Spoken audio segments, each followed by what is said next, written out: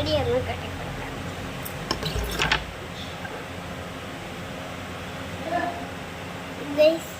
ഇനി നമുക്ക് ഇതൊന്ന് ചെയ്യേണ്ടതെന്ന് വെച്ചാൽ ചീപ്പ് മുടി ചീക്കണം.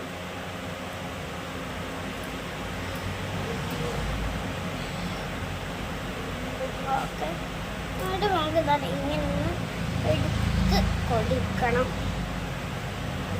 നല്ലപോലെ